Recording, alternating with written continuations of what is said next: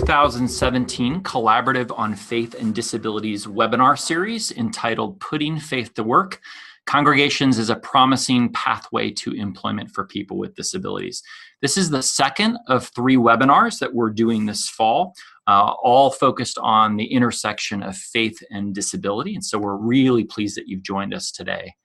And before we get into the conversation about putting faith to work and its application in congregations, I did want to just briefly share a bit about the sponsor of this webinar series, the Collaborative on Faith and Disability. Some of you are already familiar with the work of the Collaborative, but it's essentially a network of university centers for excellence in developmental disabilities and seminaries and other organizations that have as their mission to support people with disabilities and their families and those who support them by providing national and international leadership in the areas of research, education, service, and dissemination, all related to disability, religion, and inclusive supports. There are a number of different university centers, perhaps one in your own state that is affiliated with our collaborative, but there is actually at least one university center in every state across the country, 67 nationally, and they can be great resources and advocates and allies as you pursue this work. But we're hoping for those of you who are connected to a university center that isn't already part of the collaborative, that this might be a way of exciting you to get involved more in this work. And so we encourage you to visit our website to learn more about the collaborative as we work through the webinar today. So as we get ready for the content today about putting faith to work, I wanted to just kind of walk through a couple housekeeping issues. This is being recorded as a webinar, so you'll be able to find the streaming version of it probably next week on the collaborative website. We put the address on the screen. We'll put all of the slides and some helpful links and resources up along with the webinar as well. And we encourage you as we go to put your questions in the chat or Q&A box. We'll take those questions at the end of the webinar, but we're really excited to hear what you're wondering more about and to be able to field those questions as we go.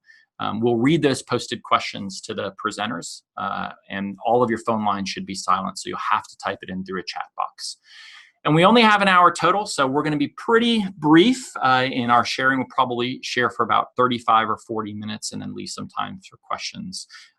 But we also will end with just a brief upcoming overview of some of the webinars that we'll be doing in the near future. So we hope that you will stay tuned for that as well. So I'm pleased to introduce our webinar topic today, Putting Faith to Work, Congregations as a Promising Pathway to Employment for People with Disabilities. My name is Erik Carter. I'm here at the Vanderbilt University Kennedy Center, and I'm here with Gigi and Carl Sanders from Christ Presbyterian Church, who will be sharing their story of putting faith to work to practice in their congregation. So I'm excited to turn it over to them fairly shortly, but I wanted, before we did that, to share a bit about the Putting Faith to Work project and the model that we've been developing. For those of you who are interested in learning more, you'll find a whole lot more information on our website under the Putting Faith to Work tab, as well as information about a guide that walks through this process from start to finish with illustrating some of the lessons we've learned through our partnerships with now 27 different congregations around the country who've been putting this model to work as they walk alongside people with disabilities on their journey to employment. So the project emerged as a collaboration from 4 university centers in Kentucky and Texas, Minnesota, as well as here in Nashville, Tennessee. And through funding from the Kessler Foundation, which funds a lot of initiatives related to employment, we put together a proposal to look at the possibilities for tapping into the commitments and connections that exist through congregations to help people with disabilities identify what their gifts and their calling might be, and then to network through their congregation and beyond to find a place that needed those strengths and those gifts and those passions in the workplace. For our project, our goals were to extend our field's understanding of some of the possibilities and challenges of really involving congregations in supporting people with disabilities the other 6 days of the week in the workplace and beyond. We also wanted to develop a model that could be implemented by a wide variety of diverse congregations across the country, something that would be practical, but also very flexible, so that it could be really tailored to meet the culture and the commitments of different congregations as they moved into this space. We also, in the process of getting this grant, committed to supporting up to 60 people with disabilities to find and maintain employment across these 4 states. We've actually worked with 27 different congregations. At those congregations, there's been as many as 125 different team members, and they've supported now more than 40 people with disabilities to find full or part-time work or volunteer experiences in their community. We can come back to some of those outcomes in your Q&A as well. But for us as university centers, we've been really interested in understanding the impact of this model, not just on the people with disabilities who have been looking for work, but also on the congregations that come alongside them and commit to seeing this process through. So we've been really interested in how this is also transforming congregations in that process as well. And then today you're on this webinar because we've also had a commitment to sharing what we've learned as broadly and widely as we can through disability networks as well as congregational networks. So that's really one of the core purposes of this particular webinar, is to share with you what this model has looked like and the impact it's been having. So for us, the need to explore some new pathways came from a variety of directions. We all know that people with disabilities, like anyone in our community, have wonderful gifts and passions and strengths to share, and a workplace is a wonderful place to share those gifts and strengths. And yet for many people with disabilities across the country, including in our respective states, there haven't been lots of opportunities to find places that will welcome and then weave them into all that happens in that workplace. Underemployment and unemployment have been pervasive across the country, and it's been a persistent problem.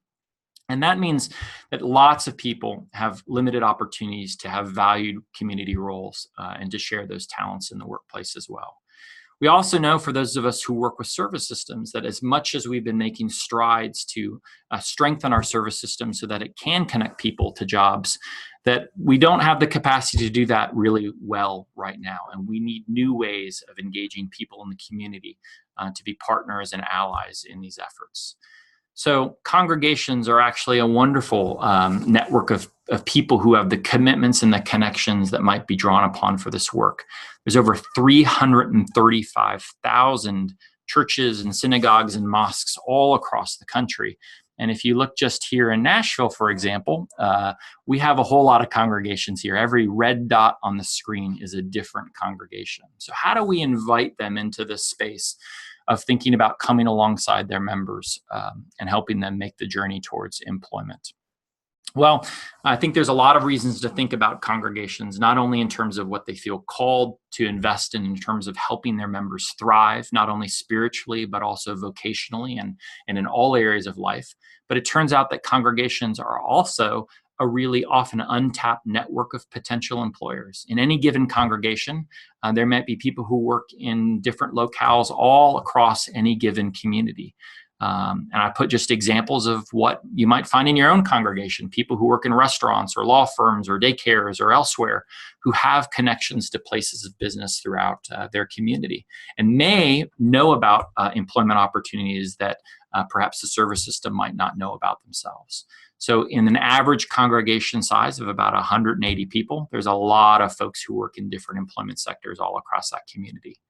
But congregations are also networks of people who are connected to lots of other networks of people in the community. And so in any given congregation, there are people who know lots of other people who might just know an employer or a person who would have a place for the gifts and strengths that get identified as part of our employment planning process.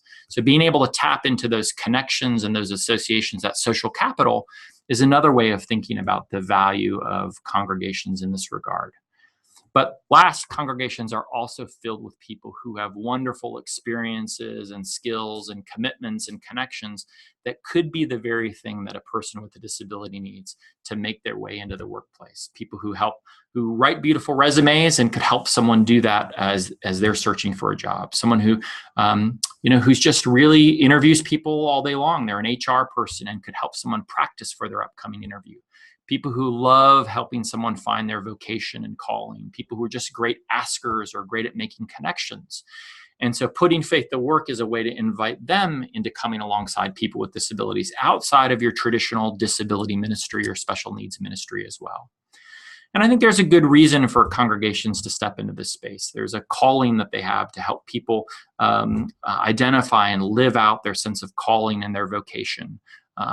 There's a whole host of congregations that are saying this is an important investment that we want to make in helping people with disabilities to flourish, but also to help employers in our congregations see how they can put their faith to work by diversifying their workplace as well. If you want to read more about that's sort of theological rationale for why congregations might get involved, we did put together a white paper that I put on your screen that you can download from the Putting Faith to Work website as well.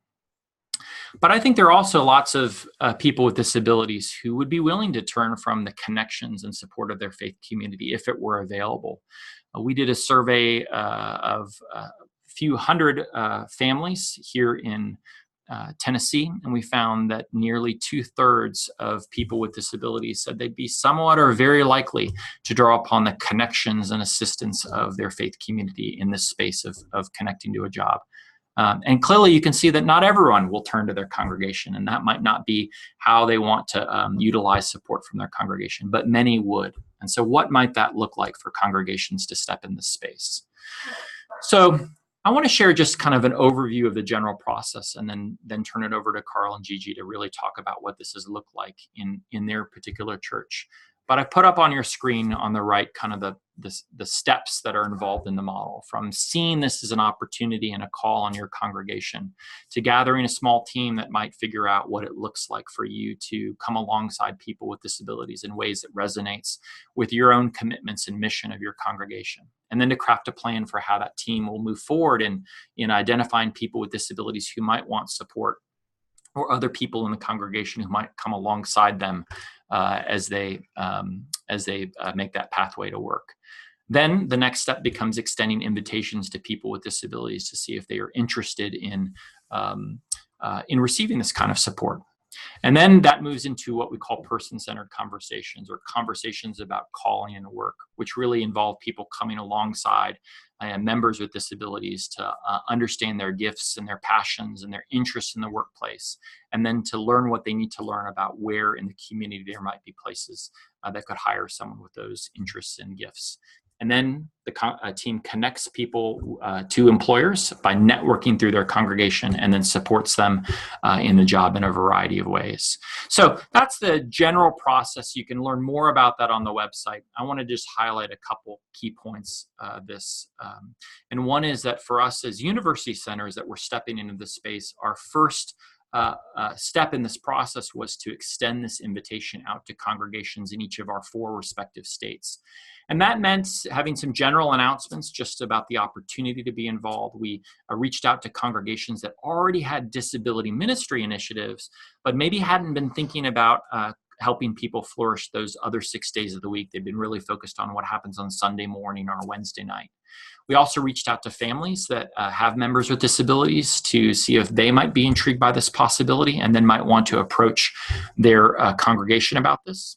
And we also reached out to agencies that provide disability services, particularly around employment, to see if they saw possibilities for partnering with local congregations, as well as sending this out through faith-based networks. I think we probably approached about 60 or 70 different congregations through these different avenues, and about 27 indicated an interest in being involved in some way. So for not every church might not be interested, but many will. And then we said there's lots of entry points. This might be just simply about building an initiative around a single person, helping one person in your congregation connect to the workplace. It might emerge from a person with a disability or a family member asking their congregation to come alongside this in this way. It might involve word of mouth across disability networks, or just helping a young adult who's in transition make that next step. And there's a variety of other ways that I'll put up on your screen that you can look through. So the entry point for congregations might look different from one church to the next. And you'll hear a bit about what drew Christ Presbyterian Church into this space as well. So once a team's formed and they've decided that they're interested and committed to this, then it becomes about finding some people with disabilities and their families who might want to have this kind of support. Congregations did that in a wide variety of ways, from using bulletin inserts or having announcements at the announcement time or on the PowerPoint screen, using social media or newsletters or personal invitations. And I've just put some examples of those on the screen that you can see, including one. You see here's an example of a bulletin insert and how one local congregation, West End United Methodist Church, turned that into a bulletin insert that became an invitation for people to identify as perhaps wanting this kind of support, or as a way for others who wanted to just be part of this team to also identify their interests as well.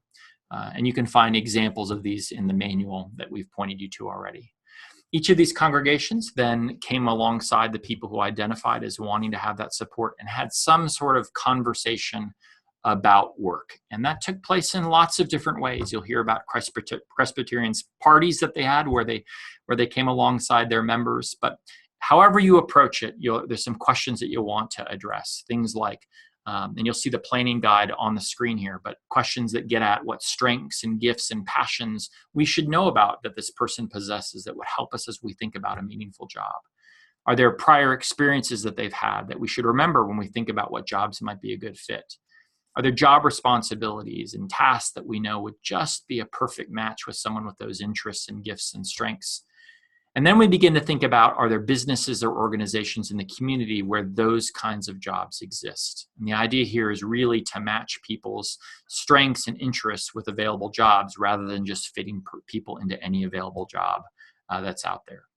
And then as questions are asked and answered from the person with a disability, people who know them well, and others in their congregation, then the conversation turns to who should we talk to in our congregation or beyond who might have connections to these kinds of places of businesses. And then when that's identified, we begin to think about the supports a person would need to really be successful in the workplace. So again, there's lots of ways you can get at those core questions. There's a planning guide that you'll see on your screen that has the kinds of questions that might be asked. But this is really much more of a conversation rather than a script, a way of getting at those things that might be important to know. And then from there, when you have a sense of what might be a really good possibility, we begin to think about where are places in the community that have those kinds of jobs.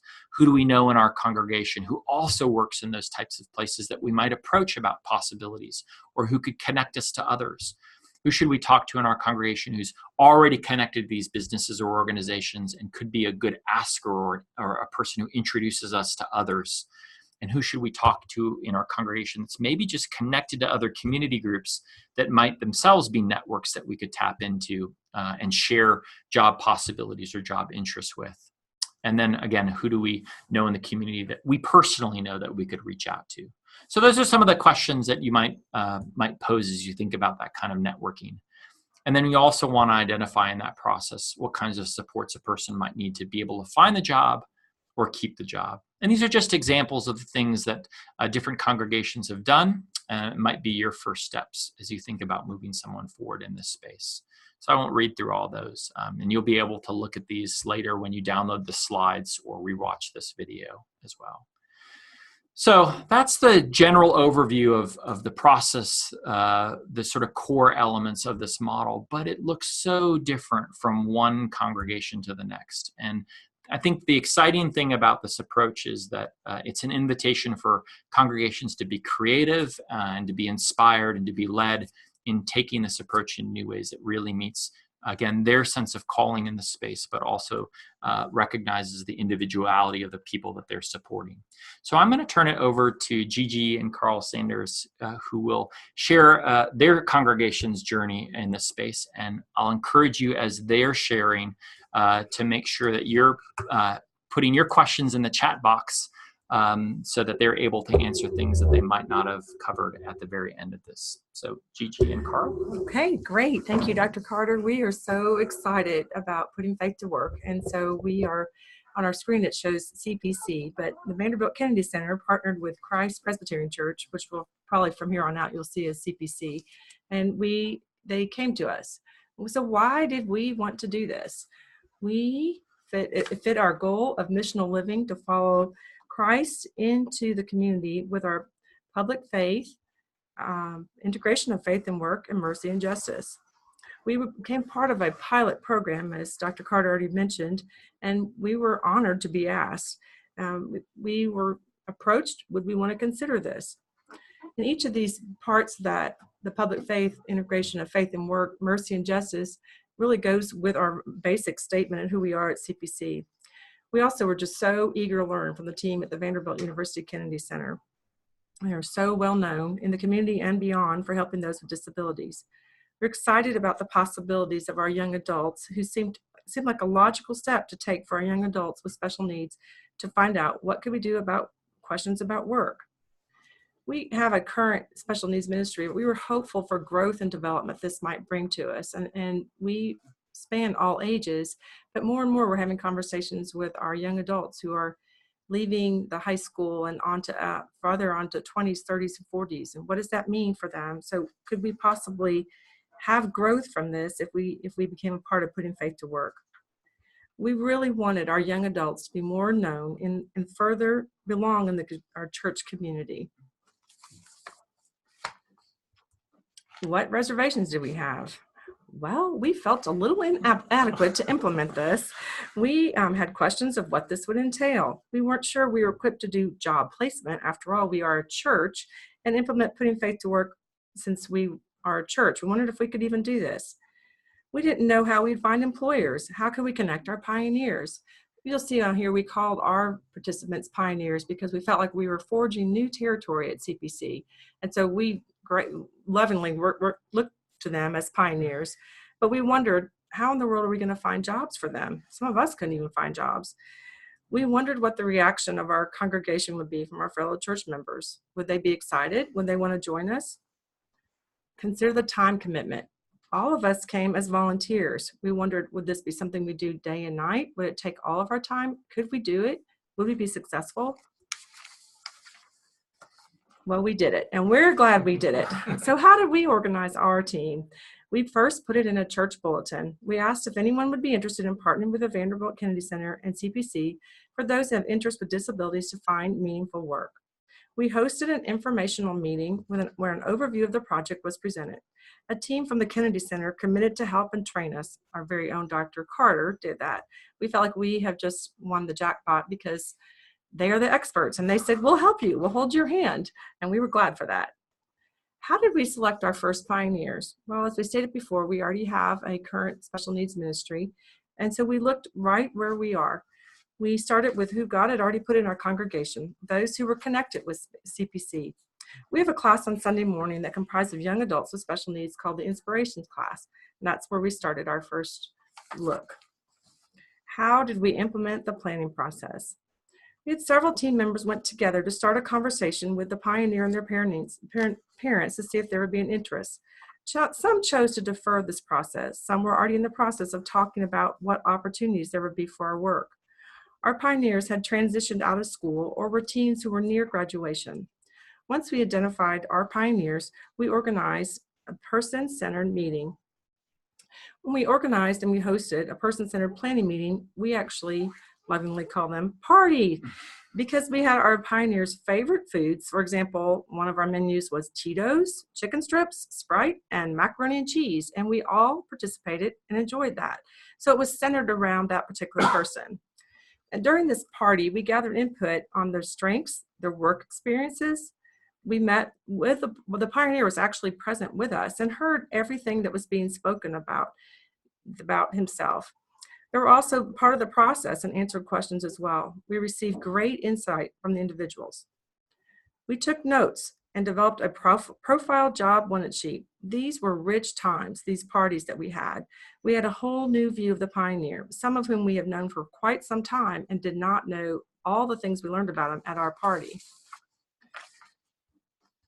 So this is a picture of one of our groups in our person-centered planning meeting. For us, this was a brand new way of looking to find a job. Instead of finding a person to fill a specific job, we looked at who God had made the person to be and began to search to find meaningful work that would use the strengths and talents of our pioneer. For example, one of our parents of the pioneer said their son should not be around food prep. But that is what he had been offered every time that he was in a job situation or job training. It was always, will you do food prep? Will you run the food line? It was completely opposite of what he needed. This particular picture was our friend Nathan, who's in the middle of the screen with a big smile. And we had invited at this particular party, we have buddies that are with Nathan on a Sunday morning. And they've been serving with Nathan for some 4, 5, 6 years and knew Nathan pretty well. We also brought his family member, and the family was welcome to invite whoever they wanted. Our buddies asked very insightful questions, such as, could Nathan drive a golf cart? Why would you ask that? And guess what? The answer was, yes, Nathan could drive a golf cart. That was a surprise to us. We didn't know that. And we asked further questions as the evening went on. Nathan's brother spoke up to us and said we had missed a very important part about Nathan. But we didn't even mention that he had strong computer skills. Did any of us know that? No, we didn't. So now we have this brand new view of our great friend Nathan that has amazing potential. We would have never known this. Nathan was listening and was proud of hearing the comments about his ability. He is not one that loves just to have a ton of questions asked, but he listened and he was definitely processing. This is another picture. This is our friend Katie, and we had a great treat at this party, so I wouldn't expect this to happen every time, but one of our team members actually has a daughter who has an amazing art talent. As you can see she's the one in the sweatshirt, Katie's the one in the middle. And as we unfolded the party and asked questions and found out about Katie, Natalie just continued and started to draw and draw and draw. And she captured all the qualities of Katie. She presented a visual view of Katie's strengths. At the end, we had a whole collection of Katie's abilities. Katie just beamed. Katie could look at that and see that that was her, that she was a good reader, she was a good friend, she was organized, and that had all been caught on our slide. This is an example of the employment advertisement that we did. And so we made, Katie started out as a volunteer at the church, and she actually met one of our current members on the team. And Katie wanted to become a part of the congregation helping. And so one of our Putting Faith to Work team members began serving with her as a greeter. And this led to skills that she could use in a future job. Even other churches could do this. As a good entry point. Just on a side note, if you're wondering where could we get them to work, looking inside on volunteer opportunities. And some things that came out of Kate's party, that Kate didn't really want to work as we would ask her, because that would mean she'd have to leave her day program, leave her friends. And so we felt a little bit confused that we were here at a meeting to find out about her wanting to work, and she didn't want to work. But then as the questions were asked, we asked, would she want to use her skills? Would she want to help people? Would she want to get a paycheck? And guess what? Katie found out she wanted a job, and she really wanted to get a paycheck. So that there was a difference of wording that we used. It was the same outcome, but for her, she didn't want to work, but she wanted a job. Believe me, she does work. And we use the personal information with a group's members' information on it. So you can see this is Kate's name, but then we put one of our members' information so that all of her private questions wouldn't come directly to her. It would come to us, and we would field that through the family. We put a description of what parameters would be helpful and would contribute to the highest likelihood of a job being successful for Kate. We put flyers on our church website. So Kate had a lot of great experience. The second thing that was created was a profile resume. And our pioneer's resume, we had a history of some job skills, previous work experiences, and characteristics of Kate. Assets an employer would really want in an employee. Who doesn't want someone who's determined, caring, hard worker, friendly, curious? I mean, this sounds like an amazing employee if I were to be hiring. We also put on here some supports that would be needed for Kate. For example, sometimes Kate needs a few minutes to process what she has heard. This was told to her co-workers, and they learned this about Kate, which would give her time to answer. She would sometimes look at them with a question. They would wait, and she would be able to do the job because they knew that that was a parameter for her. This helped set Kate up for success. Much of her information came from her parents, as we felt like she was really known the best by them. One other way that we tried to get the word out about Putting Faith to Work was what we called a lunch and learn, a great combination. It was one day after church, we had a lunch, and we invited church officers, people that we thought were potential employers, and people who might want to come alongside and join the Putting Faith to Work team. It generated some interest on that, and also just let us know that people out there still had some interest. Hi, I'm Carl Sanders, a husband of Gigi, and I was part of the team that worked on Putting Faith to Work at Christ Presbyterian Church. And so the question is, how did we implement the process of connecting our pioneers to jobs? Well, the first step, as Erik has mentioned already, is we brainstormed who to initially contact within our church. We have a church of in excess of 1,500 members and a vast network of people. And so, for example, one of our pioneers had a desire to work in the entertainment or athletic field. And so we just brainstormed, who do we know? And this person came to mind that is a longtime season ticket holder for one of our professional teams here in Nashville. And so that was our original contact. And so we did a lot of that to figure out who to make those initial contacts with. And we learned that those initial contacts usually led us to more contacts. We would talk and network, just like most people do today, networking, finding jobs. They'll ask, well, who else could I talk to? And so we got really good at asking, who else can you put me in contact with? So it was just the natural networking that all of us have probably participated in. And we put that in practice for these pioneers. As needed, we coach the pioneers on how to interview and how to fill out the application process. One of our pioneers was applying to we found a job at a local university, but the application process got really complicated. So we coached them and helped them through that process. And then we would, after they were employed, we would follow through and conduct follow-up with the pioneers and their families and just ask, how's it going? What can we do to help? And just to kind of get feedback on how things were going and offer help. We also, one of the needs we found was the need for transportation. And this is a need that in today's world of the gig economy, Uber and Lyft have been a great resource for these adults with disabilities to get to and from work. There's public transportation, but it's not as reliable. You can't schedule it as tightly as you can schedule Uber and Lyft. And so we found that they could do Uber and Lyft, maybe with some help from their parents or help from a coworker, but they could do Lyft and they got comfortable and they built that self-confidence to do that kind of transportation. We had funds that our church had given our team that we could make available for the families to use to pay for the Lyft and Uber transportation. So that was a blessing that we got from our congregation. What were some of the positive surprises and challenges? Well, we found that employers were receptive. Even though an employer might not have an initiative to go out and find adults with special needs to hire, once we presented an opportunity, we found they were receptive.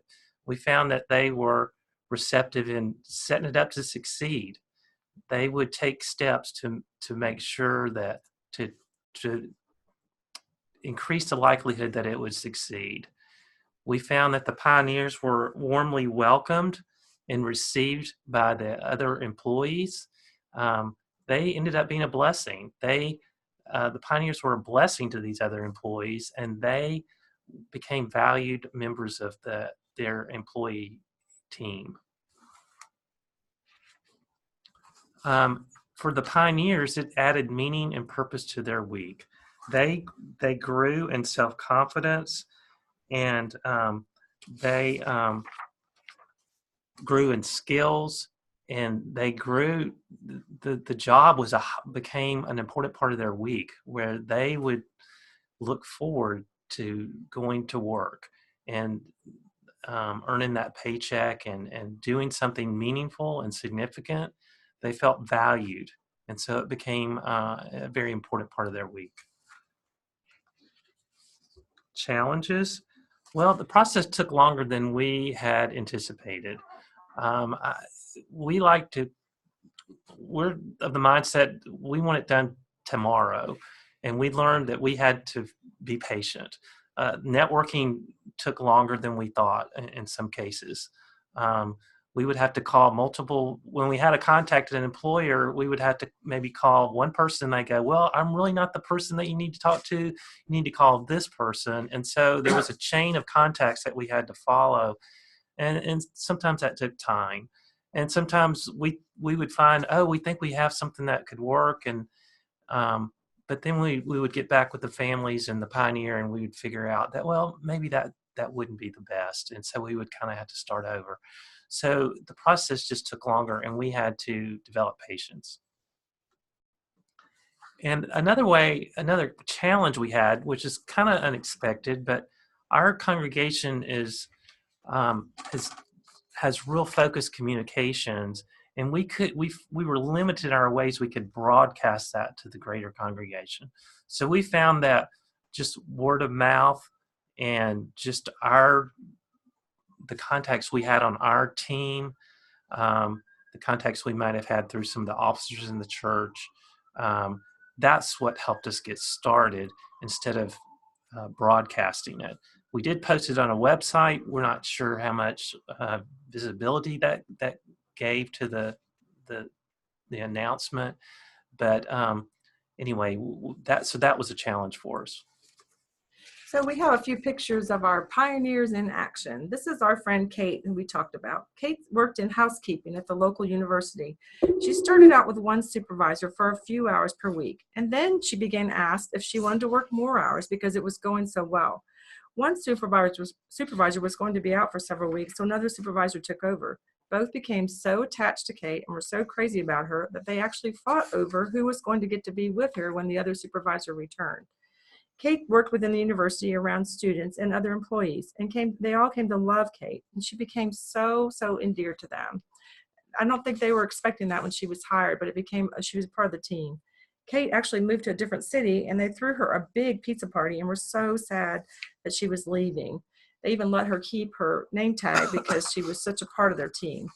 And now the university is willing to consider hiring more friends with special needs, so just having Kate has opened up the conversation for possible other employees. This is our friend Katie. Katie started out volunteering in assisted living, and she learned independence in several areas. She was one of ours that learned really how to use the Uber or the Lyft and began taking that one way to her volunteer position. Katie's in a day program and heard of a job come open, and she'd been hearing about the great success Katie had done at the volunteering in assisted living and handpicked Katie. Now Katie works several hours a week at a restaurant and gets it ready for the customers to come in. Guess what? Katie's coming up on 1 year anniversary in January, and we rejoice at that. Oh, this is our great friend Nathan that we talked about having the party. Nathan actually began volunteering, placing out hundreds of water bottles for every Sunday, and he comes with his own personal assistant. He's filled communion trays with cups, and now every week he marks his calendar and has grown in independence because he's going to his job at church. Now, when we found out in our party, Nathan wasn't as exactly interested in a paycheck. He was really interested in working and doing rhythm. Our congregation members started noticing the organization of the bottles. What a detailed job. One time, Nathan was out for a week and I tried to replace it, and it was very obvious that I had done it and not Nathan, because my rows were not anything like his. But because pay isn't important to Nathan and doing a good job, he decided what his reward would be: Skittles and Sprite. Now, how about that? That's a great prize for a lot of work and a lot of independence from this young man. This is our friend Clayton. Clayton was the one that joined. You probably know sports, and if you don't know Nashville, but Predators are huge here and we all love them. But there had been a year-long conversation with a Putting Faith to Work member with team members on the Predators, different levels of entry. And our team member just kept being persistent and saying, if you can't help me, do you know somebody who can? So after a year, they decided they wanted to have Clayton, and they were really ready to have him. But they said, who's going to do the job training? So a local nonprofit came from the community, came to the job training. So we partnered with them. Then Clayton's best friend was hired, who is Andrew at the bottom. They're a great pair. And even more, those with disabilities have been hired by the Predators. This has opened a big door just from the conversation that where persistence played off. And Clayton just had his 1-year anniversary with the Preds. Go Preds. What has the impact been of putting faith to work on the pioneers and on the putting faith to work team and also on our congregation? Well, as far as the pioneers, we've learned that their self-confidence has increased and they've grown and developed. So their we found that in several instances, the volunteer experience has prepared them for a paid position. It's been a stepping stone to giving them skills and confidence to move on to a paid position. So we've learned their self-confidence increased. It may be confidence in their skills, confidence in their interaction with people, confidence in just transportation. Those kind of things have been where we've seen growth and development with the pioneers. As far as the impact on the team, well, we've learned to persevere in asking for contacts. We learned not to take no for an answer, but let's see, well, who else can we contact? How can we network past this? And we have increased confidence in the asking, once we have the contact, we've grown confident in asking people, well, do you have an opportunity? Do you have a job opportunity? As far as the impact on the congregation, the pioneers have become more known in the congregation. They have more of a sense of belonging. Just the process of talking about them, introducing them to people, they become more widely known. And the congregation has also learned that the people with disabilities in our congregation, they have capabilities and they have things to offer in the workplace. They have things to offer in our congregation. And we've had friendships and relationships develop between our congregation and the pioneers. We would really say we are changed people for having been involved with putting faith to work. Where would we might go next? Well, we really do not want to stop, and we haven't stopped. We already have some other pioneers to be considered. We took some of our friends that are attending our class and became a part of the endeavor, Tennessee Works, of Hire My Strength. We had some of our friends who aren't yet on board with the putting faith to work, but write out things that they know about themselves and other people say about them. This is our friend William. William has energy. William is organized. And they held them up and we took pictures of them with the thought that, these are great characteristics of someone who might want to hire someone. This is our friend Josh, and Josh has aged out of all of the programs, and so at some point we're hoping that he will be a part of putting faith to work. He loves to clean and vacuum. He's very, very diligent. And we also have our friend Sam. Sam is actually now in transition and will be finishing up after this year. And we talked about his parents recently about getting a person-centered party going, and he hopefully will be on board with us soon. Sam has been sought out by the deacons of our church to help count and sort the offering. He's really organized, and so we're really excited to possibly be partnering with him soon. We are hoping that we'll be able to find additional employment at other employers. We have some friends that have been with us and some of their jobs have stopped or they're making changes. So we are always asking questions in the congregation of the members of other possibilities. We are hoping that we'll even have more young adults to really belong in the congregation, to be a part, not just be included, but this would be a part of their family. We would like to see our family, to become a part of the true church family, be a part of that. So I think that covered us.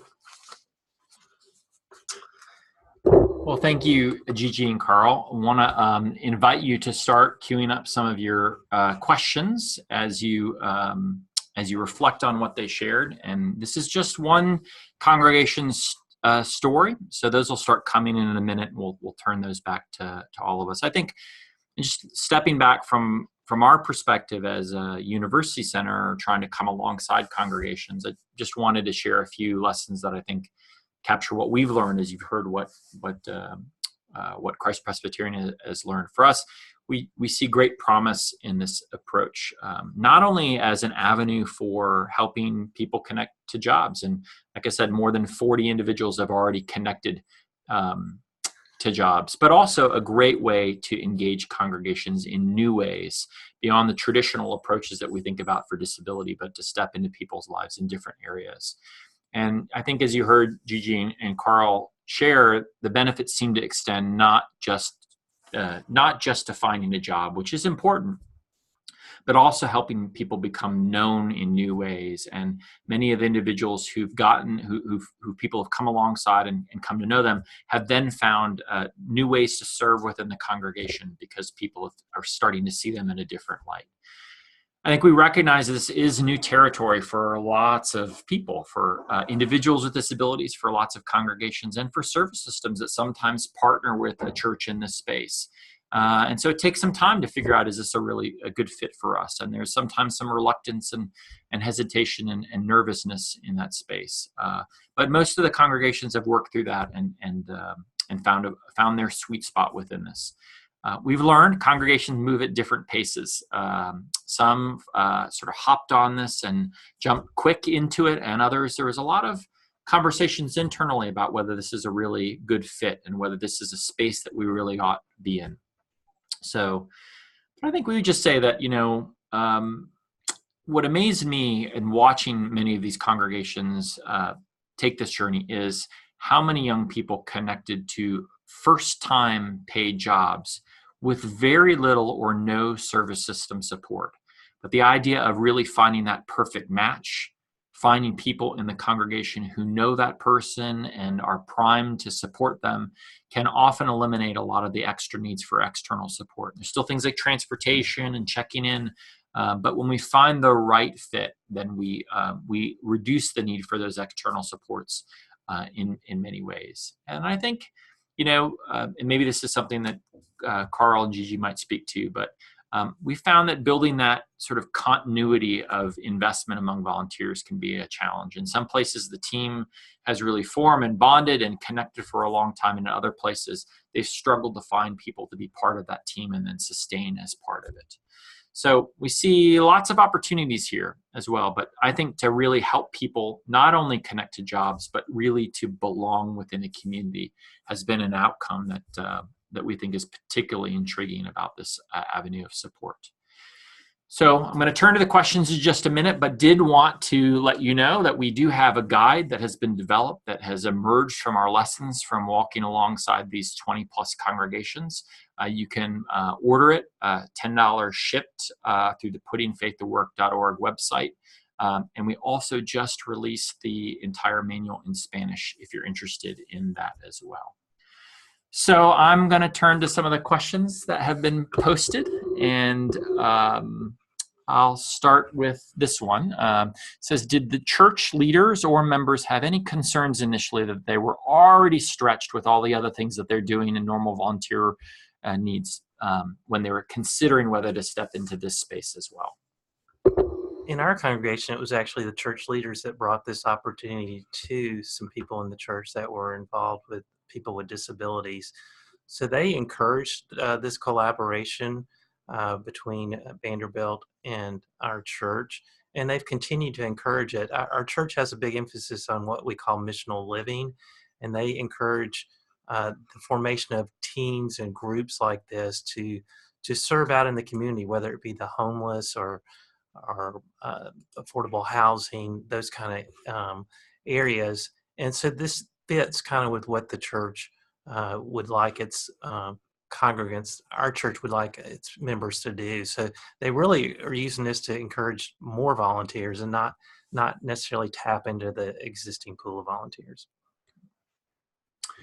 I see a question about whether or not faith communities in Colorado are considering this. We certainly would hope so. We would love there to be some congregations. Our initial project focused on the 4 states of Kentucky, Minnesota, Texas, and Tennessee, but we've already now distributed nearly 1,000 of these manuals and are beginning to hear from some congregations that have picked this up and without any support from a local agency or university centers like ours are beginning to apply them. So we would certainly invite and welcome communities in Colorado to consider that.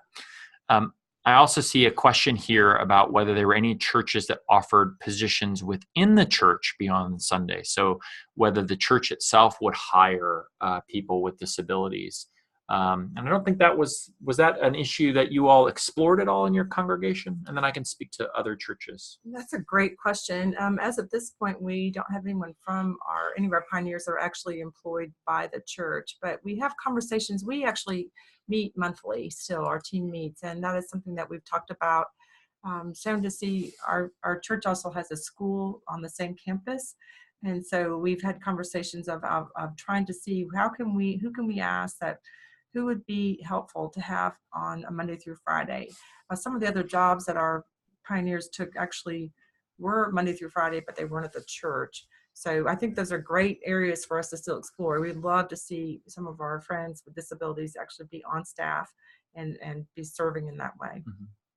And I don't recall from any of the other congregations that we work with whether that was a path that people were hired, but it's certainly part of the set of considerations that you might reflect on, particularly in larger congregations, that is also a place of employment. There may be places to explore that as paid positions as well as with congregations that operate nurseries or religious K-12 schools, for example. Those may be other or nursing homes or senior care kinds of places that are faith-based employers. That could be a possibility as well.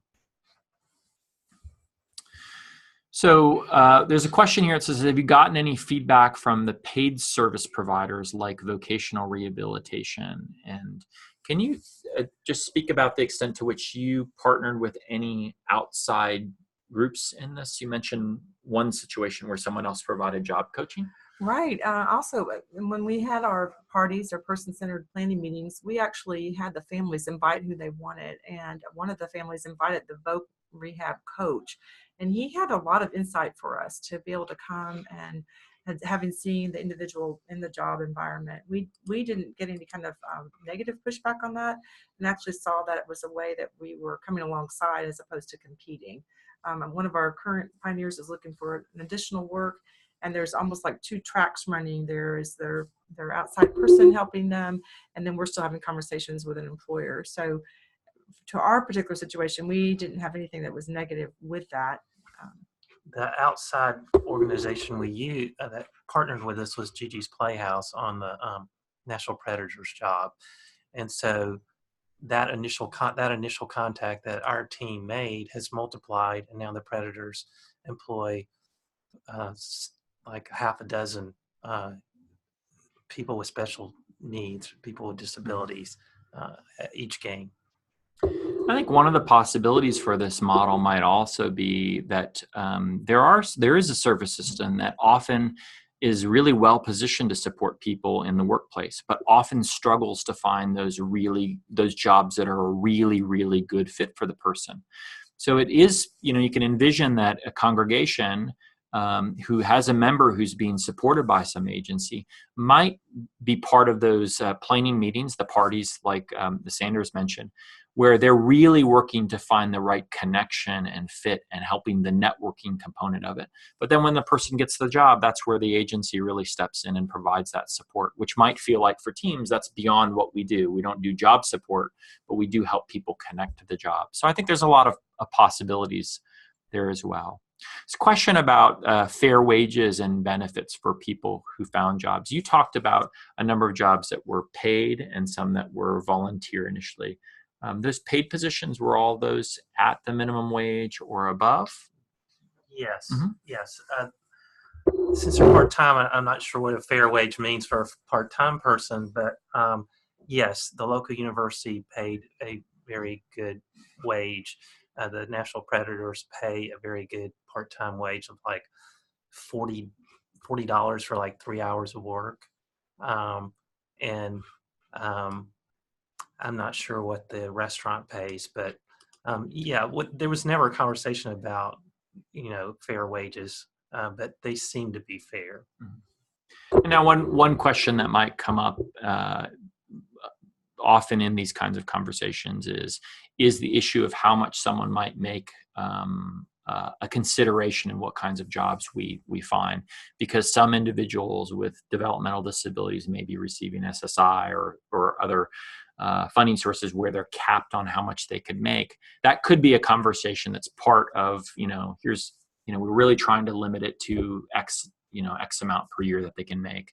But I think in your church's case, many of these were first jobs for individuals, and they were just starting at maybe, a day a week or several days a week rather than full-time positions.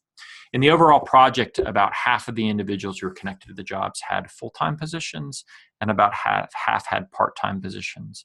But there's another variation on this approach, which we haven't talked about, which is really was pioneered up in Minnesota, where they partnered with congregations that had existing job clubs that serve the community more broadly, where they help those job clubs be more inclusive of people with disabilities specifically. And so that's another way you might think about your movement forward in this area. If your congregation already does something that supports people in the area of employment, a career ministry, a Jobs for Life kind of program, you might think about embedding this approach to make sure they're also thinking about people with disabilities as well. So I'm going to make a comment about this one question that relates to the role or opportunity for USEDS to promote, replicate, or study this model. We think that's a wonderful idea. The initial pilot work that we have done and put together in this manual is ripe for other university centers across the country to know about as a resource, but also to think about how could they then reach out to congregations in their local community, in their state, and invite them to think about a different way of getting involved in the lives of people with disabilities. And because university centers have as their core commitment helping people with disabilities flourish in all areas of their life, here's a new potential partner that you could come alongside and invite into that space as well. The manual's all ready to go, and it's ripe for replication across different contexts, and we would certainly invite that. I want to pose a question to Carl and Gigi as well that has come up in some conversations that we had with churches that chose not to enter into the space, where they said essentially, we do quote unquote ministry, we don't do employment. How might you respond to a congregation or a church that says, wow, this is really outside of the scope of what a church should do? We focus on worship and service and fellowship. How might you speak to someone who has that perspective? Our congregation, our pastor often talks about how we are to bring life to people, places, and things. And because of because we follow Christ, and he brought life to people, places, and things. And those people, places, and things are not just there on Sunday morning. It's people, places, and things that are there throughout the week. And a big part of a lot of people's lives is their job, their employment. Our church has a big emphasis on faith and work. And we believe that the two are integrated, and that you can't really separate faith from work.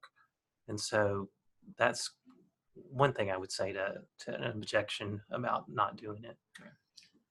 I think also too, just the fact that outside of Sunday, when we look at what is worship, actually that doing work to the glory of God for the gifts that someone has been given by God is a form of worship, another outside of Sunday morning. And I think just for us being willing to kind of think a little bit outside the box, maybe not just something that would be, well, we only do this on Sunday, but what does it look like to love someone really for the whole person, for who they are? Because that's a big part. It's dignity. It's also the value that God has placed in this person's life, and that they can actually find their place of giving back into the community and having dignity with that. Well, I'm going to wrap up the questions here, and certainly want to thank Carl and Gigi for sharing their story and for being part of this exploration of this new pathway to employment and to flourishing, both for people with disabilities and for congregations. And also to thank the variety of people who've been involved from the 4 states in developing this model and continue to refine it. We invite you to be part of that work, and to think about how this model might fit within your congregation and might be adapted. But we also invite you to think about other ways that you can help people flourish beyond the workplace, in their relationships and in their community living, and in finding places to share their gifts and talents within and through the congregation and the community beyond. I also wanted to let you know that we do have one more webinar this fall coming up in December. It's called Dancing with the Spirits: Initiatives by University Centers of Excellence on Developmental Disabilities to Address Spiritual Supports and Some Lessons Learned. And it's an opportunity to learn from what some different centers across the country are doing in this intersection of faith and disability.